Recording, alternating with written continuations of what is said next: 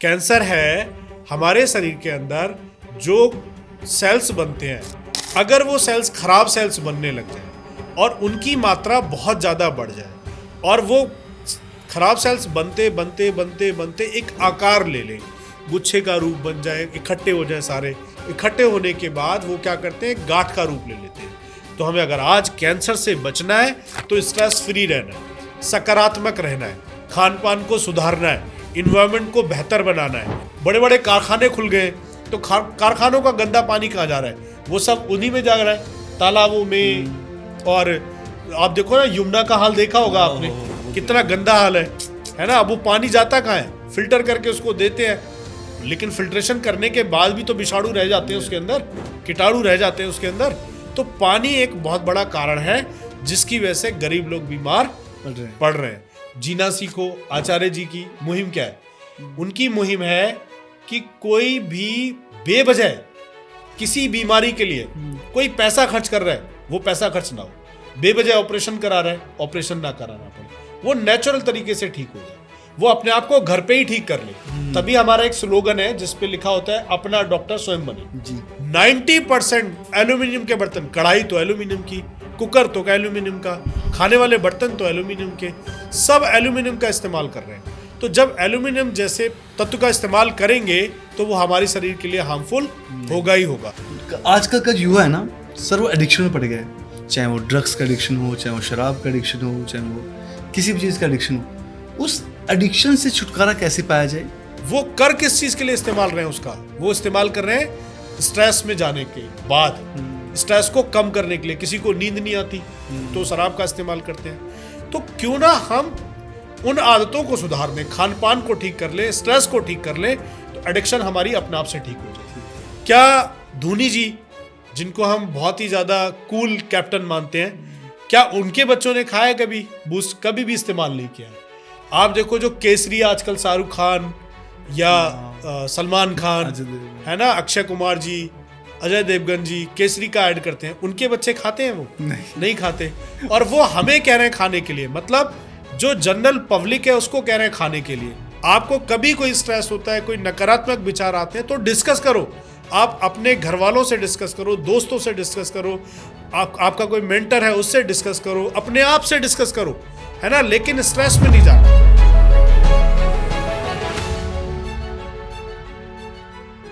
नमस्कार, मैं आशुतोष खटाना। आज हम बात करने वाले हैं कि हम एक अच्छा स्वास्थ्य जीवन कैसे जी सकते हैं या फिर हम गंभीर बीमारियों से कैसे बच सकते हैं। इस बारे में हमसे जो बात करने वाले हैं वो है कौशल सारस्वत जी, जो पिछले 11 सालों से शुद्धि आयुर्वेदा से जुड़े हुए हैं। कौशल जी नमस्कार। नमस्कार जी, ओम आरोग्यम अस्तु आपको भी, और पॉडकास्ट के द्वारा जितने भी हमारे दर्शक व्यूवर्स जुड़े हुए हैं उन सब के लिए भी।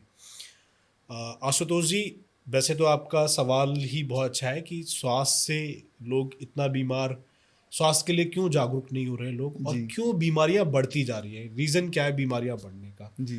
तो सबसे पहले तो हमें जानना पड़ेगा, समझना पड़ेगा कि सबसे मेन ऐसा क्या है जिसकी वजह से हम बीमार पड़ रहे हैं। देखो, मेन तो एक ही है, और जिसके लिए मुझे लगता है जितने भी, चाहे वो आयुर्वेद से रिलेटेड हो, चाहे वो एलोपैथ से रिलेटेड हो, चाहे किसी भी उससे, वो सब लोग एक ही चीज़ पे बात कर रहे हैं, डिस्कस कर रहे हैं। वो कौन सी बात है?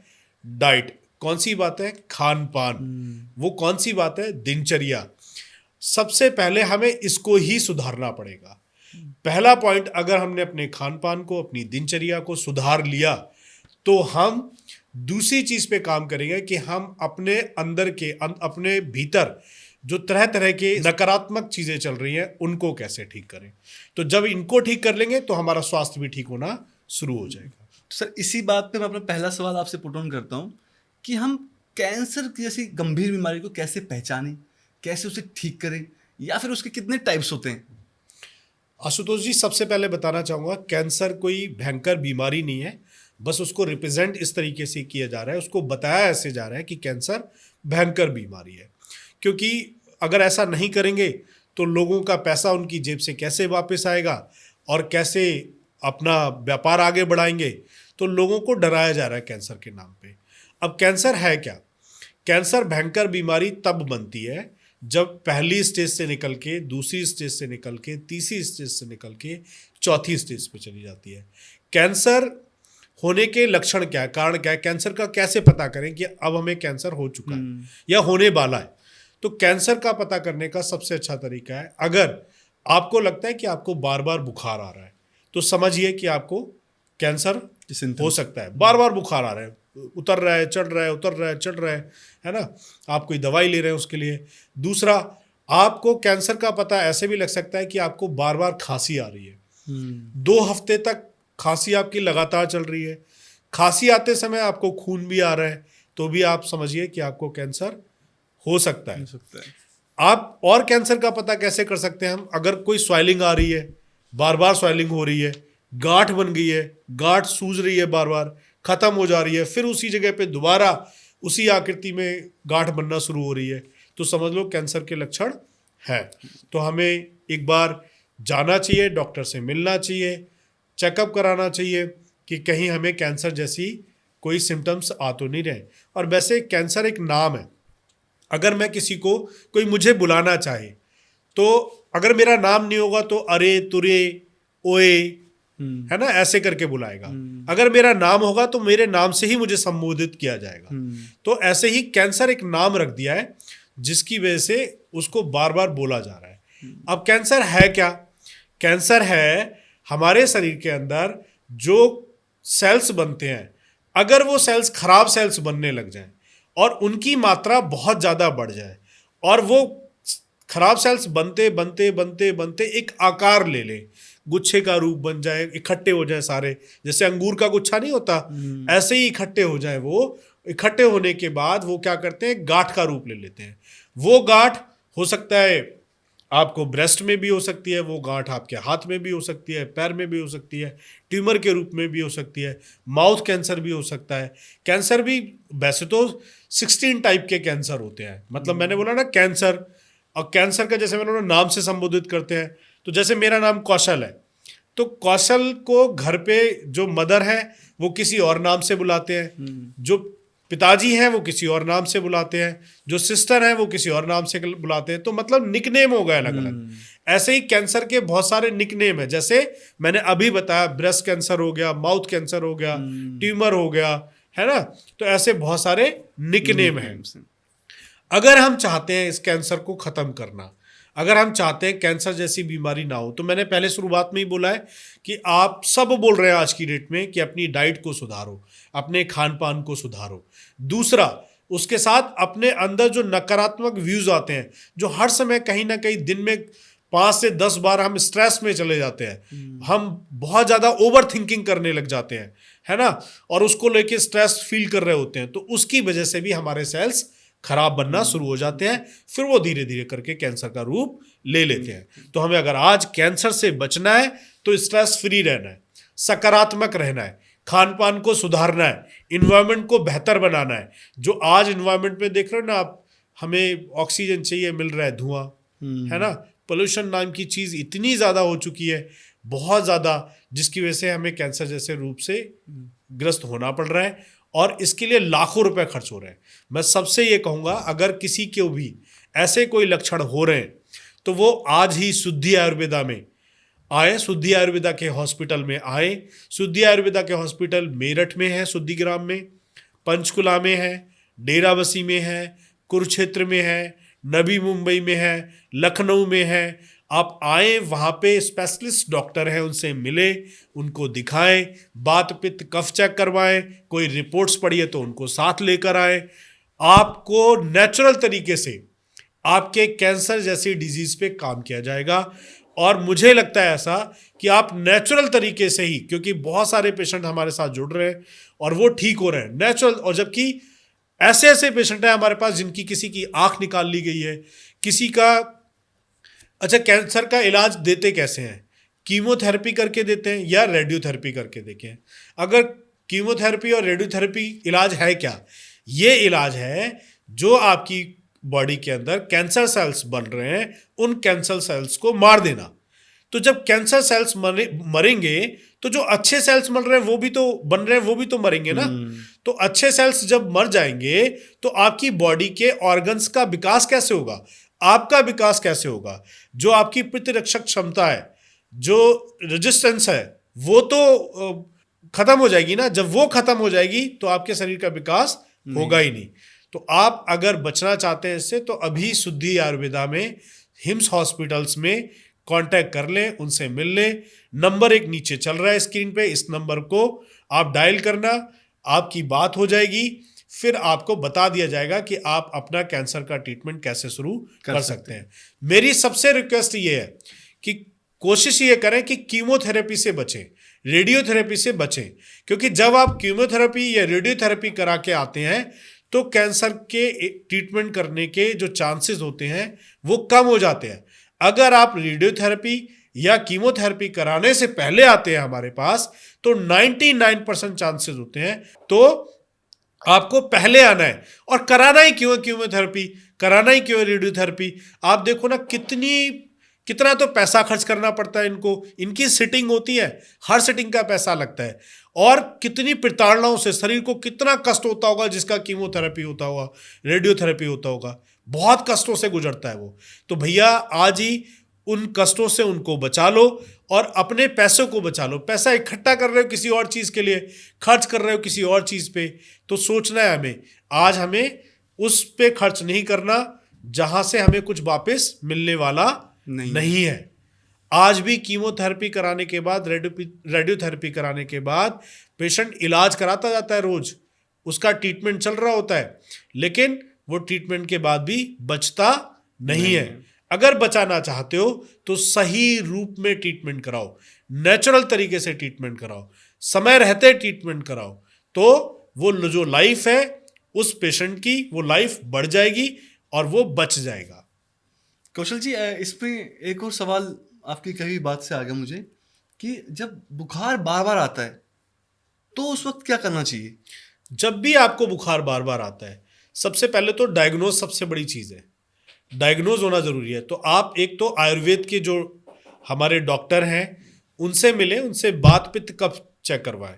वैसे बुखार आना, एक बार आना तो सही है, क्योंकि वो डिटॉक्सिफिकेशन का काम करता है। बार बार बुखार आना मतलब कि आपको, आपकी बॉडी के अंदर जो सेल्स हैं वो सही तरीके से नहीं बन पा रहे हैं।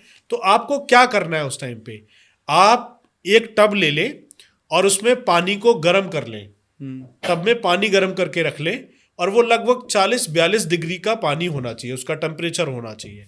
उसमें अपने पैरों को डुबो के रखें, है ना। पैरों को डुबो के जब रखेंगे तो उससे होगा क्या, ब्लड का सर्कुलेशन बढ़ेगा, तो टेम्परेचर बढ़ेगा बॉडी का, तो जो टेम्परेचर बुखार का बढ़ा हुआ है वो समतल पे आ जाएगा, समांतर हो जाएगा, तो आपका बुखार धीरे धीरे करके बैलेंस होने लग जाएगा, धीरे धीरे करके उतरने लग जाएगा। अगर आप देखें, आपको पता होगा पहले जब हम छोटे होते थे, बीमार पड़ते थे, तो हमारी मदर, हमारी दादी, हमारे फादर साहब, हमारे परिवार का कोई सदस्य एक भीगी कॉटन की पट्टी लेते थे और उसको माथे पे रखते थे, गर्दन के पीछे रखते थे, कानों के पीछे रखते थे, हथेलियों पे रखते थे, तलवों पे रखते थे। तो उससे क्या होता था, बुखार का जो टेम्परेचर होता था वो धीरे धीरे करके डाउन होने लग जाता था। दवाई नहीं लेनी, बुखार जब आता है तो दवाई का इस्तेमाल नहीं करना है, क्योंकि दवाइयों का इस्तेमाल करना सबसे ज्यादा खतरनाक है। कौशल जी, जैसे ना आपने भी जो पेरेंट्स की बात की, पहले जमाने की बात की, उससे एक सवाल है कि जो गरीब आदमी है, पहले हम सुनते थे कि गरीब आदमी बीमार नहीं पड़ता, उनकी डाइट अच्छी होती है, लेकिन आजकल गरीब आदमी ही ज्यादा बीमार क्यों पड़ रहे हैं? आशुतोष जी, आपका सवाल बहुत अच्छा है, क्योंकि अभी हम अगर देख रहे हैं ना, अगर हम एक रेशो ले लेते हैं हम, तो क्या देख रहे हैं हम, आज की डेट में जो मध्यम वर्गीय, जो गरीब परिवार का सदस्य है, वही बीमार ज्यादा पड़ रहा है। जबकि पहले जब कोई डिस्कशन होता था ना, कोई बातचीत होती थी आपस में, तो यही बातचीत होती थी, जो मतलब ऐसे बोलते थे गांव के लोग कि बीमारियां हमारे लिए नहीं बनी, वो तो अमीरों के लिए बनी है, वो ऐसे बोलते थे। और वो बात भी सच थी, क्योंकि उस टाइम क्या था, कुओं का पानी होता था, घड़े का पानी होता था, खाने के लिए देसी खाना होता था, मतलब ऐसा खाना जो केमिकल युक्त नहीं होता था, केमिकल से परे होता था, नेचुरल खाद, गोबर वाली खाद का इस्तेमाल किया जाता था, तो बीमार पड़ते नहीं थे। और पहले गांव के लोग गांव में ही रहते थे, अब गांव के लोग पलायन करके शहर की तरफ बढ़ चुके हैं, तो शहर की तरफ, और शहर के कल्चर को अडॉप्ट कर रहे हैं। अब तो मोमोज आपको गांव में ही मिल जाते हैं, मैगी आपको गांव में ही मिल जाती है, है ना। चाउमीन आपको गांव में भी मिल जाती है, स्ट्रिंग आपको गांव में भी मिल जाती है, कोल्ड ड्रिंक आपको गांव में भी मिल जाती है। तो वो अडेप्ट कर लिया। अब तो रिश्तेदार आते हैं तो पहले या तो वो पूछते थे, पहले पूछे चाय, आज कोल्ड ड्रिंक के बारे में पूछते हैं। तो सोचो ना, बीमारियां तो बढ़ेंगी ना।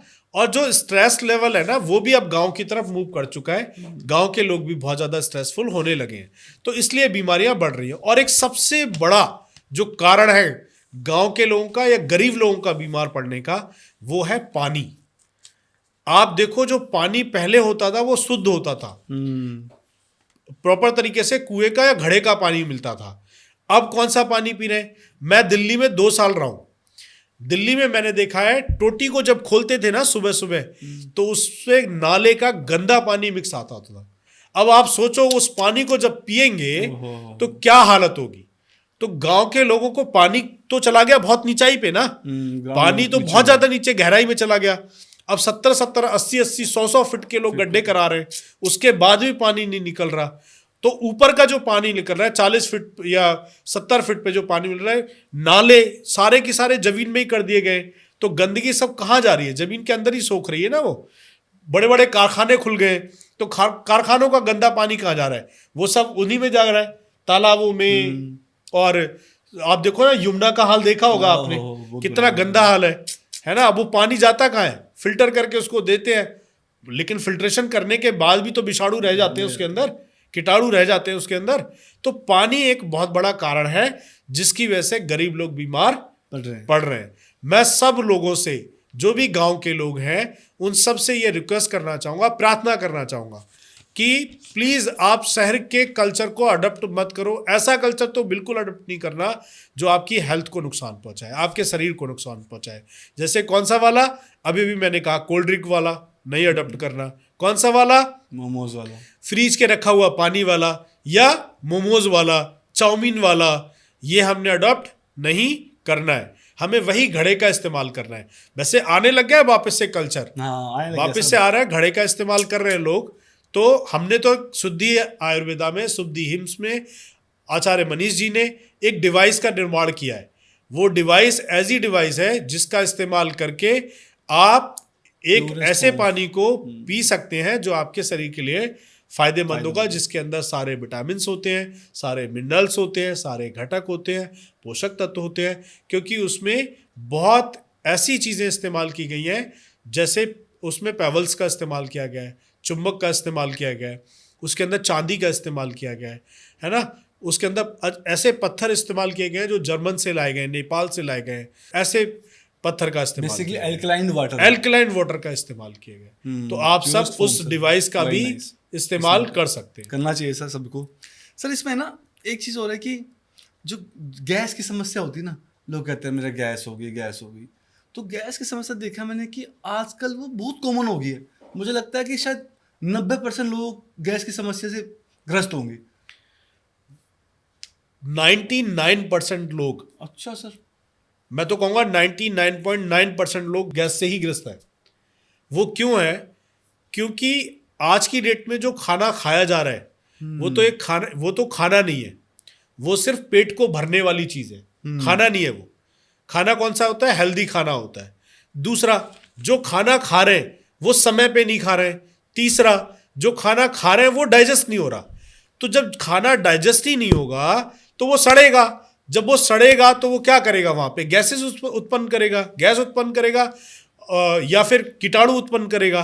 तो लोगों को, जो आज गैस से लोग परेशान हो रहे हैं, जो गैस धीरे धीरे करके बहुत भयंकर रूप धारण कर लेती है, वो इसलिए हो रहा है क्योंकि जो पाचन तंत्र है, जो पाचन क्रिया है, वो पाचन क्रिया ही ठीक नहीं है, पाचन तंत्र ही ठीक नहीं है। लोगों का खाना खाने के बाद खाना डाइजेस्ट ही नहीं हो रहा। तो डाइजेस्ट नहीं होगा तो किसी रूप में तो आएगा, और डाइजेस्ट ना होने के बाद वो मोशन के थ्रू भी वापस नहीं आ रहा, कॉन्स्टिपेशन बन रहा है। तो धीरे धीरे और सड़न बनती जा रही है, वो गैस, भयंकर गैस बनती जा रही है। लोग गैस अब तो ऐसे हो गई है कि वो इतना दर्द होता है, उनको बहुत दर्द होता है, स्वेलिंग आ जाती है। सर उसमें एक चीज़ हो रहा है, जैसे अब मैं गाँव से हूँ, तो हमारे गाँव में क्या है कि हम चूल्हे की रोटी खाते हैं। अब चूल्हे की रोटी खाने के बाद ये फीलिंग नहीं आती गैस वाली। और जैसे मैं शहर वापस आया, वो गैस पे रोटी खाई 5-7 दिन बाद वो फीलिंग फिर से वापस आई। तो ये चूल्हा और गैस, इसमें भी कुछ फर्क है सर? बिल्कुल फर्क है। मनुष्य का शरीर 5 तत्वों से बना है, जी जिसमें से 2 तत्व हैं, एक तो अग्नि अग्नि और एक है आपका धरती, जी है ना। तो चूल्हा क्या है? चूल्हा किसका बना होता है? मिट्टी का बना होता है। तो जब मिट्टी के किसी चूल्हे में और मिट्टी के ही किसी लकड़ी से जब हमारी रोटी पकती है, तो एक तो ये तत्व आ गया हमारे पास। दूसरा अग्नि, मैंने बोला अग्नि से बना हुआ है, तो अग्नि में बनती है वो, तो अग्नि से। तो जब हम चूल्हे की रोटी खाते हैं तो उसमें हमें वो पोषक तत्व जो हमारी धरती में वो हमें मिलते हैं, तो वो हार्मफुल नहीं होता, वो नेचुरल तरीके से होता है। अब गैस पे पकी हुई रोटी तो गैस ही देगी ना, वो पक किस चीज पे रही है? बात सर, गैस पे पक रही है ना, तो देगी क्या? गैस देगी। गैस ही देगी ना। तो हमें गैस की रोटी को अवॉइड करना चाहिए, हमें इस्तेमाल करना चाहिए किसका? आजकल तंदूरी रोटी भी चल चुकी है ना। अगर उसमें सही मिट्टी का इस्तेमाल किया गया है तो वो इस्तेमाल करना चाहिए, या चूल्हे का इस्तेमाल करना चाहिए। तभी आप देखो सब लोग गैस का इस्तेमाल कर रहे हैं, तो धीरे धीरे बीमारियां बढ़ रही हैं। सर इसमें एक चीज़ और है, अब जैसे मैंने थोड़ी देर पहले आपने कुछ पैसों की बात की थी, तो देश में करोड़ों लोग अरबों रुपए खर्च कर देते हैं सिर्फ बीमारियों के ऊपर। उसका कुछ समाधान, उसका कोई अल्टरनेटिव, उसका कोई सॉल्यूशन? इसी को तो बचाना है। देखो मुहिम क्या है? शुद्धि हिम्स जीना सीखो, आचार्य जी की मुहिम क्या है? उनकी मुहिम है कि कोई भी बेवजह किसी बीमारी के लिए कोई पैसा खर्च कर रहा है, वो पैसा खर्च ना हो। बेवजह ऑपरेशन करा रहा है, ऑपरेशन ना कराना पड़े, वो नेचुरल तरीके से ठीक हो जाए, वो अपने आप को घर पे ही ठीक कर ले। तभी हमारा एक स्लोगन है जिसपे लिखा होता है, अपना डॉक्टर स्वयं बने, जी, है ना। तो वो हमारा स्लोगन है। तो इसीलिए अगर लोग बचना चाहते हैं तो प्रकृति से जुड़ जाएं। प्रकृति से जितना जुड़ेंगे उतना बीमारियों को कम करेंगे, और बीमारियां कम होंगी तो पैसा भी खर्च नहीं होगा बेफिजूली। वो पैसा खर्च कहाँ होगा? एजुकेशन पे खर्च होगा, हैप्पीनेस पे खर्च होगा। तो हमें कोशिश ये करनी है कि प्रकृति से जुड़ना है अपने आप को। नेचुरल खाना खाएं। जैसे लोग अभी क्या करते हैं, खाने को कैसे खाते हैं? खाना कोई आपने जैसे लौकी है, तुरई है, पहले धोते हैं, काटते हैं, काटने के बाद पकाते हैं। पकाते किस में? ऑयल में, रिफाइंड में, है ना, डालडा घी में, उसमें पकाते हैं। अच्छा, पकाते भी किस में है? एल्यूमिनियम के बर्तन में। आप देखो, मैं आपको बताऊं, पहले जो हमने गांव की बात की थी ना, पहले गांव में एल्यूमिनियम बर्तन का इस्तेमाल ही नहीं होता था। पहले इस्तेमाल किसका होता था? या तो तांबे के बर्तन का होता था, या मिट्टी के बर्तन का होता था, या स्टील के बर्तन का होता था। आज की डेट में 90% एल्यूमिनियम के बर्तन, कढ़ाई तो एल्यूमिनियम की, कुकर तो एल्यूमिनियम का, खाने वाले बर्तन तो एल्यूमिनियम के, सब एल्यूमिनियम का इस्तेमाल कर रहे हैं। तो जब एल्यूमिनियम जैसे तत्व का इस्तेमाल करेंगे तो वो हमारे शरीर के लिए हार्मफुल होगा ही होगा। तो हमें क्या करना है? अगर बचना है, अपने पैसे को बचाना है और उस पैसे को सही जगह लगाना है, तो हमें नेचुरल प्रकृति के साथ जुड़ना पड़ेगा। पके हुए खाने को कम करना पड़ेगा, नेचुरल खाने को ज़्यादा खाना पड़ेगा, और सही समय पे खाना पड़ेगा। सीजन में सीजन का खाना खाना पड़ेगा। और हमें गेहूं और चावल को बिल्कुल त्यागना पड़ेगा। गेहूं चावल की जगह जौ है, ज्वार है, बाजरा है, कंगनी है, छोटी कंगनी है, इनका इस्तेमाल करना पड़ेगा। मतलब कह सकता हूं मैं एक शब्द में, मिलेट्स का इस्तेमाल करना पड़ेगा, फ्रूट्स का इस्तेमाल करना पड़ेगा, सैलड का इस्तेमाल करना पड़ेगा, नॉन वेज को उठा के साइड करना पड़ेगा। हमें बिल्कुल भी उसका इस्तेमाल नहीं करना है। कौशल जी, एक सवाल है जो कि मुझे लगता है बहुत ज़रूरी है लोगों का जानना, कि आजकल का युवा है ना सर, वो एडिक्शन में पड़ गया है। चाहे वो ड्रग्स का एडिक्शन हो, चाहे वो शराब का एडिक्शन हो, चाहे वो किसी भी चीज़ का एडिक्शन हो। उस एडिक्शन से छुटकारा कैसे पाया जाए? उस एडिक्शन से उनके परिवारों पे क्या जो नुकसान हो रहा है, या उसके खुद के शरीर पे जो नुकसान हो रहा है, उस एडिक्शन से कैसे छुटकारा पाया जाए? अगर देखो, एडिक्शन आज की डेट में बहुत ज़्यादा चल रहा है। एडिक्शन क्यों चल रहा है? एडिक्शन का शिकार हो क्यों रहे हैं? सबसे पहले बात तो ये समझनी है, हमने एडिक्शन को ख़त्म करना है। एडिक्शन के साथ वो हो क्यों रहे हैं? आज मान लो मैंने आपको एडिक्शन का ट्रीटमेंट दे दिया, आप ठीक हो गए, एडिक्शन आपका खत्म हो गया, तो कल फिर दोबारा से एडिक्शन हो सकता है। होने का कारण समझना पड़ेगा, कारण पे काम करना पड़ेगा। कारण क्या है? स्ट्रेस। क्या है? स्ट्रेस। पूरा दिन हमारा स्ट्रेस में गुजरता है। आप देखो, आज की डेट में कोई जरा सी कुछ बात होती है, लोग स्ट्रेस में चले जाते हैं, और स्ट्रेस में जाने के बाद उस स्ट्रेस को कम करने के लिए किस चीज़ का इस्तेमाल करते हैं? सिगरेट का इस्तेमाल करते हैं, शराब का इस्तेमाल करते हैं, तंबाकू का इस्तेमाल करते हैं, ड्रग्स का इस्तेमाल करते हैं, सुल्फे का, गांजे का इस्तेमाल करते हैं, ऐसी ऐसी चीज़ों का, वो एक तो चिट्टा टाइप का कुछ चलता है उसका इस्तेमाल करते हैं। तो वो कर किस चीज़ के लिए इस्तेमाल रहे हैं उसका? वो इस्तेमाल कर रहे हैं स्ट्रेस में जाने के बाद, स्ट्रेस को कम करने के लिए। किसी को नींद नहीं आती तो शराब का इस्तेमाल करते हैं। तो क्यों ना हम उन आदतों को सुधार दें, खान पान को ठीक कर ले, स्ट्रेस को ठीक कर ले, तो एडिक्शन हमारी अपने आप से ठीक हो जाएगी। और एडिक्शन को वैसे भी अगर आज की डेट में किसी को है और उसको वो चाहता है दिल से कि मैं उसको छोड़ दूं, तो छोड़ने के लिए आपको उसको क्या करना पड़ेगा? उसको अदरक लेना है। अदरक को लेने के बाद उसने देसी घी डालना है और उसमें अच्छी तरीके से उसमें तल लेना है। तलने के बाद उसको धूप में सुखाना है। जब सूख जाए उसके बाद हल्का सा सेंधा नमक या काला नमक डाल के उसको जेब में रखना है। जब उसको लगे कि मुझे बीड़ी की तलब लग रही है, तलब होता है ना, एक तलब लगती है, बीड़ी की तलब लग रही है, सिगरेट की तलब लग रही है, शराब की तलब लग रही है, ड्रग्स की तलब लग रही है, चिट्टे की तलब लग रही है, सुल्फे गांजे की तलब लग रही है, तो उस टाइम उन्होंने उसको निकालना है और मुंह में रख लेना और उसको धीरे धीरे करके चूसते रहना है जब तक कि दिमाग से निकल ना जाए। धीरे धीरे करके ये एडिक्शन की बीमारी खत्म हो जाएगी, लेकिन दोबारा ना पड़े। और क्यों पड़ रहे हैं उस पर काम करना है, स्ट्रेस को खत्म करना है, उसको हटा देना है बिल्कुल स्ट्रेस को, है ना। लोगों से बात करनी है। पहले किसी को कोई स्ट्रेस होता था ना तो एक चौपाल होती थी, उस पर जाके बैठते थे, डिस्कस करते थे, परिवार के लोगों से डिस्कस करते थे। अभी रहते ही अलग अलग है, न्यूक्लियर फैमिली हो गई है, जॉइंट्स फैमिली है ही नहीं, तो किससे डिस्कस करें? तो डिस्कस करना जरूरी है, स्ट्रेस को खत्म करना जरूरी है, एडिक्शन में जाएंगे ही नहीं। सर बहुत बहुत अच्छा लगा आपका ये जवाब सुन के।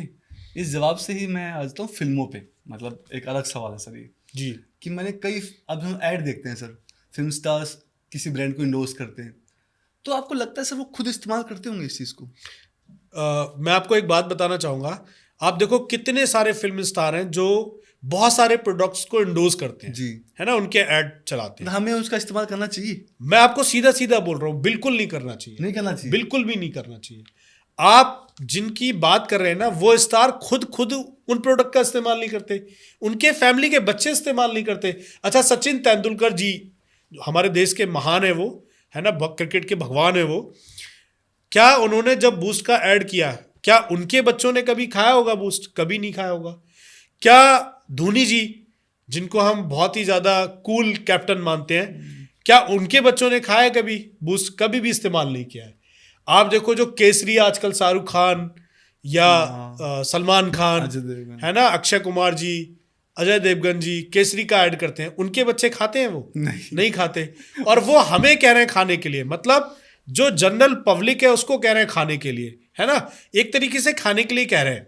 उस पे चाहे लिखा कुछ भी, उससे कोई फर्क नहीं पड़ता। वो तो आपको देख रही है, आपसे देख के वो प्रोत्साहित हो रही है, आपको आइडियल मानती है, तो इसलिए जो आपने उस टीवी पे जाके ऐड किया है उसी का वो इस्तेमाल करना शुरू कर रही है। तो इससे क्या हो रहा है, जो नेचुरल लोग हैं, जो धरती से जुड़े हुए हैं, वो लोगों की बॉडी हार्मफुल हो रही है, उनके ऑर्गन हार्मफुल हो रहे हैं, उससे वो बीमार पड़ रहे हैं। तो मैं तो सारे फिल्म स्टार को ये कहना चाहूंगा कि कोई भी ऐसा ऐड, कोई भी ऐसा प्रोडक्ट, उसका ऐड नहीं देना जो किसी मानव के लिए, किसी मानव जाति के लिए हार्मफुल हो, उसका ऐड ही नहीं देना। चंद पैसों के लिए तो बिल्कुल भी ऐसा नहीं करना।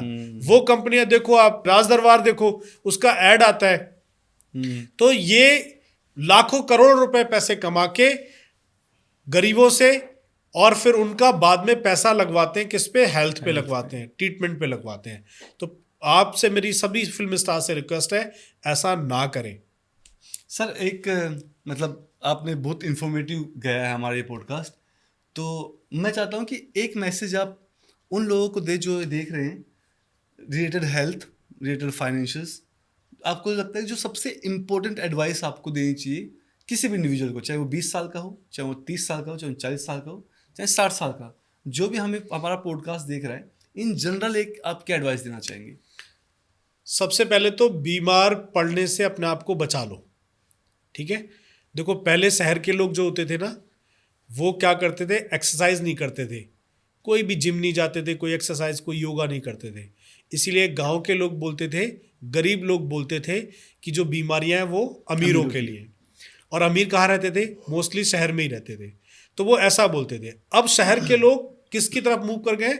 एक्सरसाइज की तरफ मूव कर गए, वो योगा की तरफ मूव कर रहे हैं, है ना। डाइट का ध्यान रख रहे हैं, प्रॉपर तरीके से डाइट ले रहे हैं, तो शहर के लोग कम बीमार पड़ रहे हैं और गांव के लोग ज़्यादा बीमार पड़ रहे हैं, क्योंकि वो उसकी तरफ ध्यान नहीं दे रहे हैं। तो मेरा पहला मैसेज सभी को है, चाहे वो युवा हो, चाहे वो किसी भी अवस्था से हो, सबके लिए है कि आप अपने खान पान पे ध्यान देना शुरू करो।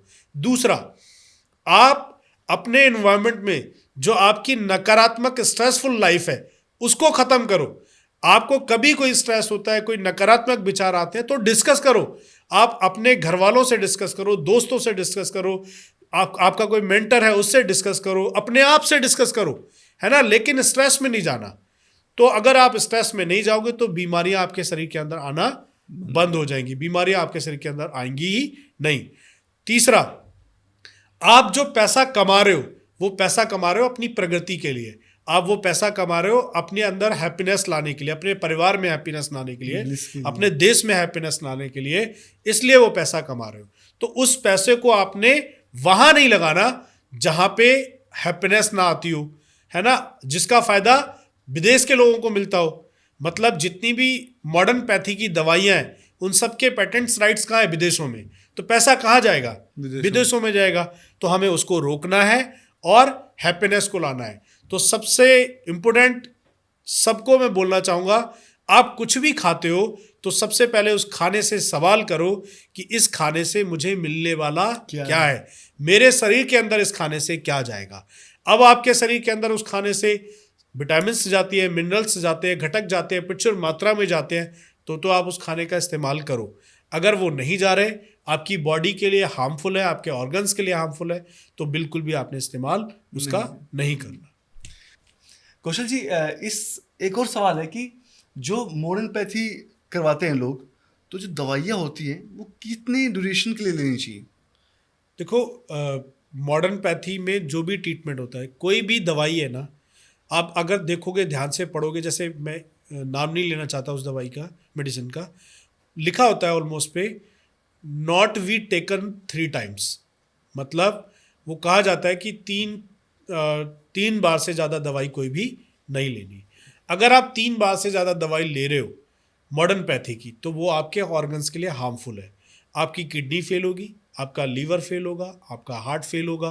तो आप अगर बचाना चाहते हो अपने आप को, तो किसी भी दवाई को, जैसे आप बीपी की आजकल लोग रेगुलर दवाई खाते हैं ना, बोल दिया डॉक्टर ने आप पूरी ज़िंदगी ताउम्र दवाई खाओ, बीपी की, शुगर की ताउम्र दवाई खाओ। तो हमने किसी भी बीमारी के लिए लगातार दवाई नहीं खानी। हम तो आयुर्वेद में भी कहते हैं, हम कहते हैं आयुर्वेद में भी इलाज वो ट्रीटमेंट होता है जो महीने हो, 2 महीने हो, 4 महीने हो, वो भी नेचुरल तरीके से, उसे ट्रीटमेंट बोलते हैं। ट्रीटमेंट उसको नहीं बोलते जिसके लिए लॉन्ग लाइफ तक दवाइयाँ खानी पड़े, लंबे समय तक दवाइयाँ खानी पड़े, लॉन्ग टाइम तक दवाइयाँ खानी पड़े, उसको ट्रीटमेंट नहीं बोलते। तो कोई भी मॉडर्न पैथी की दवाई आप लंबे समय, मैं तो कहता हूँ खाओ ही मत, खाना ही नहीं। अगर खाओगे तो आपके ऑर्गन्स फेल होंगे, खराब होंगे, आपकी बॉडी के लिए हार्मफुल होगा ही होगा, तो आपने खाना ही नहीं। कौशल जी, बहुत बहुत धन्यवाद। उम्मीद करता हूँ कि हमारे ऑडियंसेस को आपकी बात बहुत इन्फॉर्मेटिव लगे और इन चीज़ों को आप अपनी लाइफ में इम्प्लीमेंट करना स्टार्ट करें। कौशल जी, उम्मीद करता हूँ कि अगले पॉडकास्ट के लिए आप अपना समय देंगे हमको। आशुतोष जी, मैं बिल्कुल समय निकाल के और ज़रूर मिलूंगा मैं आपसे, और फिर एक जागरूकता का हम कोशिश करेंगे कि लोगों को जागरूक करें। और आपके माध्यम से मैं सबको कहना चाहता हूँ, ये पॉडकास्ट जिसने भी देखा हो, जो भी देख रहा हो, वो इस पॉडकास्ट देखकर उसको खाली देखने के लिए ना देखें। पॉडकास्ट में जो बातें आपके मतलब की कोई 2 बातें भी हों, तो आप उनको अपना लेना, अपने जीवन में उतार लेना, और नेचुरल प्रकृति से तो जरूर जुड़ना है, हर हालत में जुड़ना है अपने प्रकृति से। तभी हमारा जीवन सफल है, तभी हमारी लाइफ हेल्दी लाइफ है, तभी हमारा स्वास्थ्य सही स्वास्थ्य है। सही स्वास्थ्य। धन्यवाद।